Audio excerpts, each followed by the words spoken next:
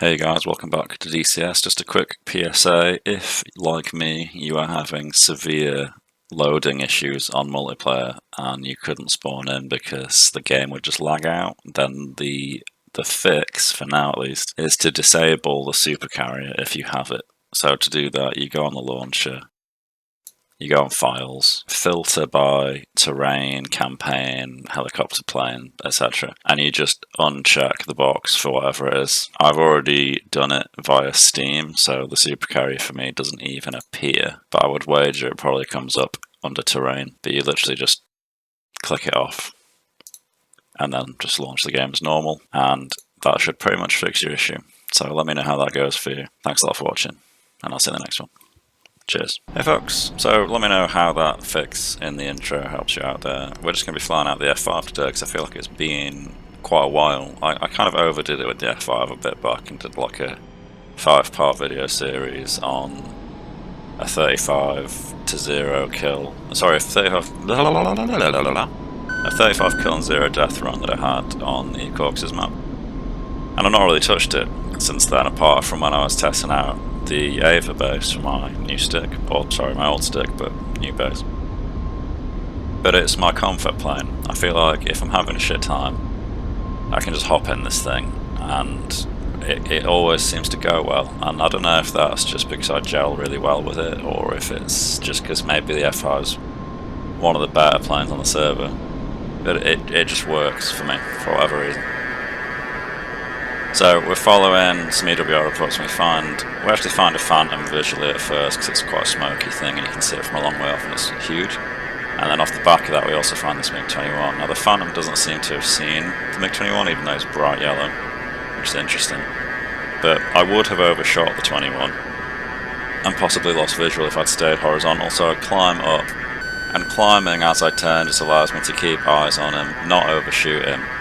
And I don't have to bleed the speed off to stay behind him because I bleed it off naturally by climbing and then I gain it back by diving, so we're going to come back down and hopefully land some hits.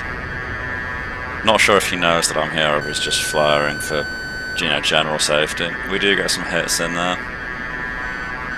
And again, because we maintain the energy better rather than slowing down, stay behind him, it means that we now have enough to continue climbing ahead of him without having to worry too much that he's going to manage to stay on me, basically. I've got the energy to boom away.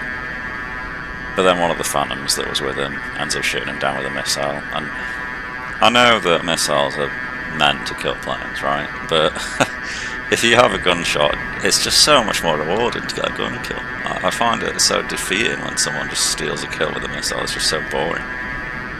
So boring. So we find another 21, there was two of them. And he doesn't seem to have seen me, so we go up and over again. If you always use the vertical to turn around, it's a much more efficient use of energy because you lose it on the way up but then you gain it back on the way down.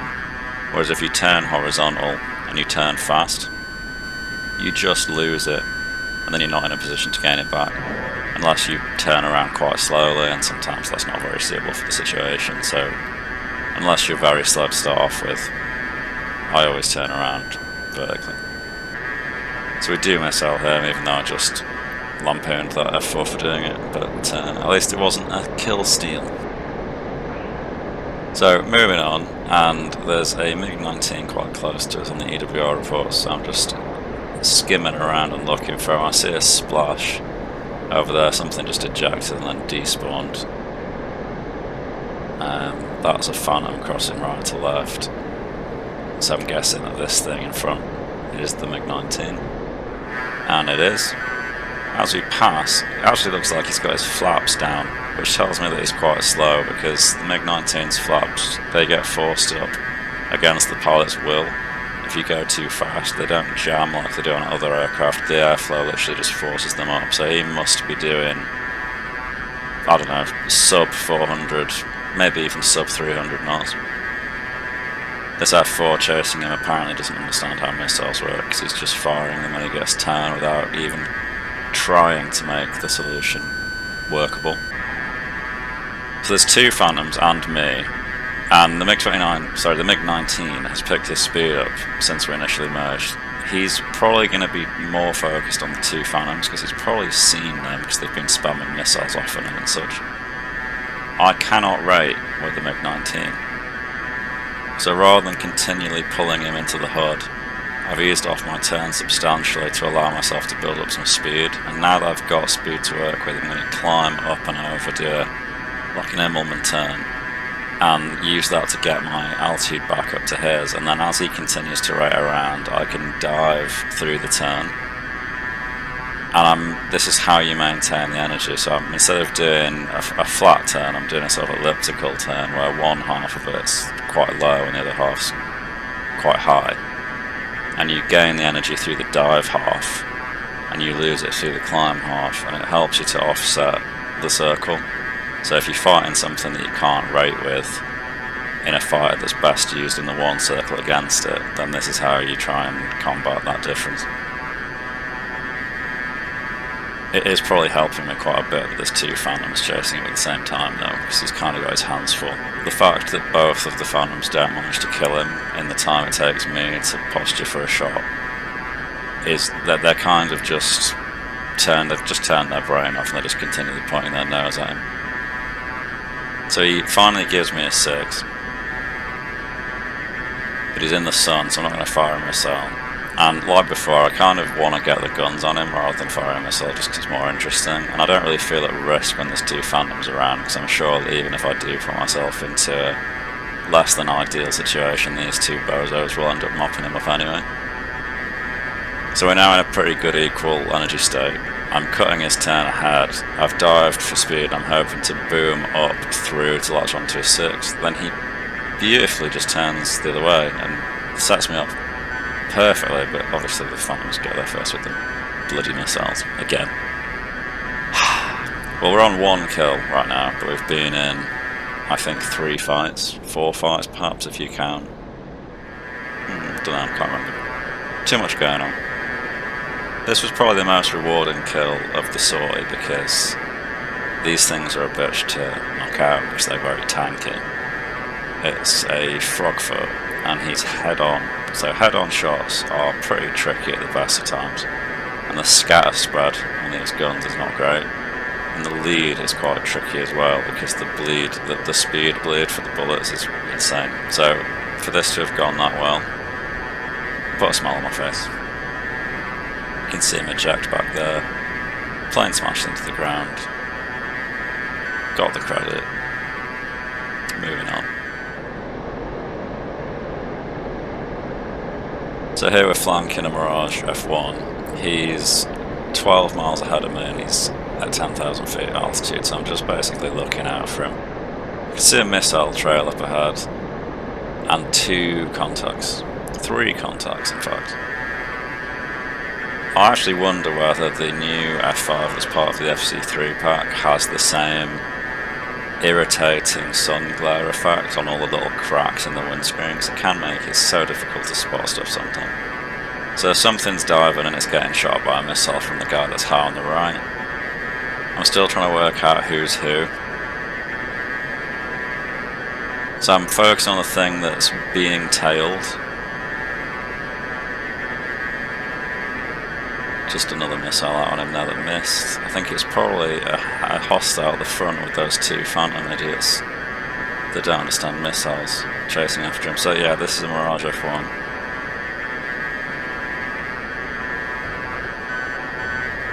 Oh, so he do get gun hits, but then immediately afterwards he gets killed.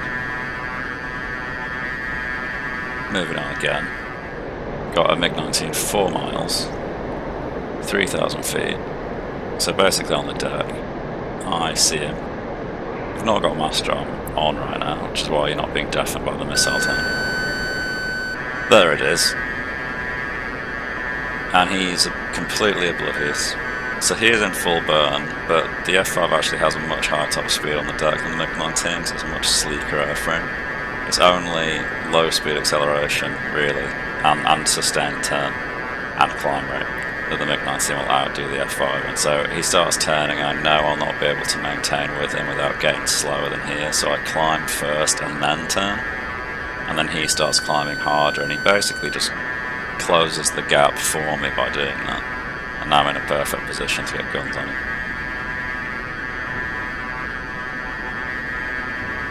Yes.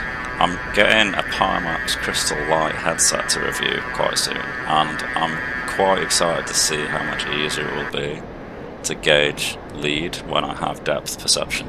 So if that sounds interesting to you, then hang around, because I'll be doing a review video and probably a few others just generally flying around to see what my take on VR versus track IR is. Kind of secretly hoping that I hate it so I don't have to buy one. Because if it's a night and day difference and I can't live without it, then it's going to be quite an expensive sum. So diving down here, because there's two MiG-21s head on with me, I can actually see them both visually. One's a little higher and to the left than the other one. I'm going to go for the low guy because it looks like he's behind the other one. And I'm going to hope for another SU-25 head on kind of situation.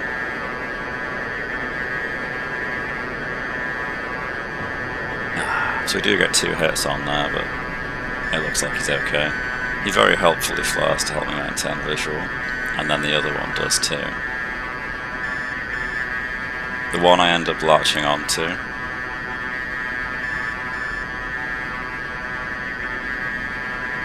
is the one going high, because he is giving himself a better energy advantage than I have, and I can't have that. So I'll kill him first, and then we'll look for the guy that was low.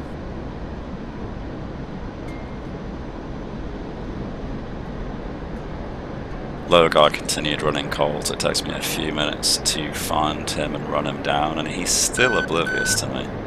He's not in burn next, I can tell from the smoky engine. Just like the start of the video, we climb as we turn, so that we don't overshoot.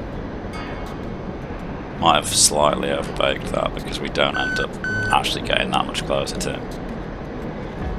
And we don't have any missiles left, so we actually have to go and kill this guy. We're also quite low on fuel at this point. The sortie's been going on for about 35, getting on for 40 minutes. Thankfully he's heading towards the base I want to land at anyway, so I'm quite content with just following him. And as he turns, if I just cut his turn, then we'll close the gap naturally, without having to do anything extra. VR would be great for shots like that. And then I think the server lags. And he just freezes in midair, and we end up accidentally ramming him. Actually a miracle we didn't just explode, to be honest. You can see him just frozen in the air back there.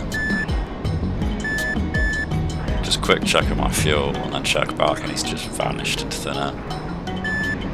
Yeah, I think the server's just having a bad time. I have no idea if I got the credit for that kill or not, but we're just going to land her, and that'll be the end of the video. So, bit of a shorter one today, folks. I hope that the spam of F5 content in the past hasn't made you hate the fact that there's another one. You can see how out of practice I am by how abysmally awful this landing is. But I do absolutely love the F5. Hands down my favourite Cold War module. And on Saturday, which is probably going to be... it'll probably have happened by the time this video goes live, but I'm going to be seeing the Swiss F5 display team on the 20th of July at the Royal International Air Tattoo, which I'm pretty damn hyped about seeing my favourite playing on the game in real life for the first time. Hope you enjoyed, folks. Thanks a lot for watching, and I'll see you in the next one. Cheers.